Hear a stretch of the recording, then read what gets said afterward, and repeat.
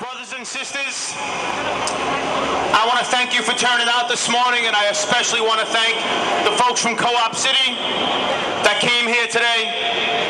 Obviously, we've had some success. Transport Workers Union Local 100, aligning ourselves and working in conjunction with the communities, but we do want to reach out to the residents of Co-op City and let you know that we are not forgetting about this fight. We continue to stand and we will continue to fight for Co-op City until service is restored. We're going to win that fight. The MTA has agreed to do a survey of whether bus service is needed, and the truth of the matter is, when the MTA does a survey that's conducted by the bean counters that are sitting up there right now looking at us, those surveys go nowhere.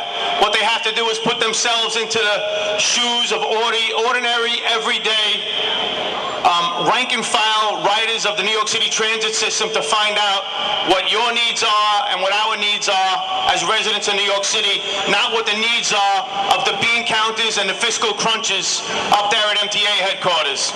So again, we will stand with you for this fight, and we will continue to fight until you get your just due, until service is restored.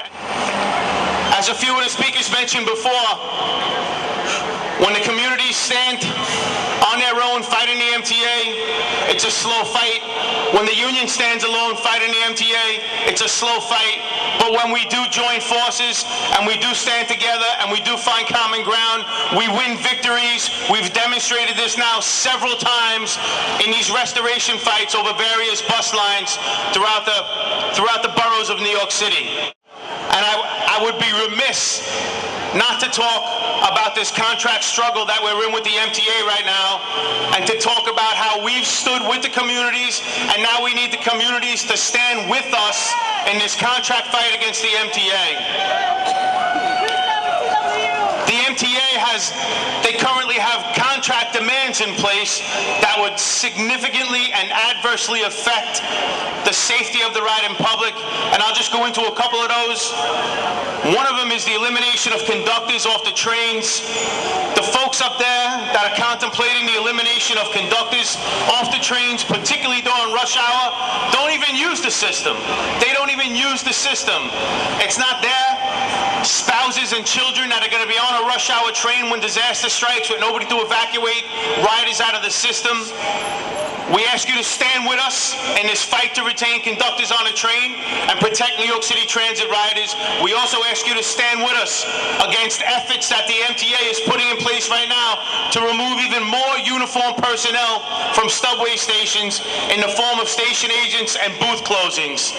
There is no greater level of safety and protection offered to the riders of this transit system than the unified presence of professional transit workers represented by TWU Local 100. And again, an issue that has been at the height of the demands from the MTA in this contract fight is the introduction of part-time bus operators. The part-time bus operator demand and the concept that we can replace these full-time bus operator jobs or other transit jobs with part-timers is a horrible idea for New York City transit riders and for the working communities. Because so many of us live in the communities of New York City, when you start pulling these full-time transit jobs out of the working communities of the Bronx or Brooklyn or Queens or even Manhattan, the trickle-down effect and the adverse effect on the community is enormous. We've stood together in the fight to restore service and to stop the service cuts. We ask you to go that extra yard and support transit workers in the reasonable demands that we've put forth in this contract fight, not only to protect the riding public, but to ensure that full-time transit careers continue to exist in New York City for our children and for your children. Together we can win all of these fights if we stand side by side and take on the MTA and take on New York State government.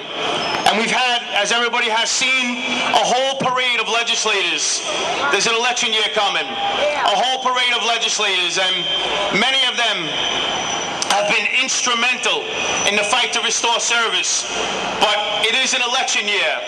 Collectively, we need to hold their feet to the fire and make sure that after they win their election in November, that they continue to stand with us to defend this bus and transit system in New York City.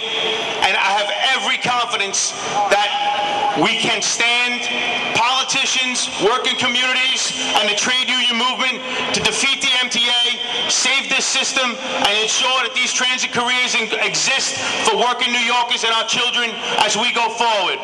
Thank you very much.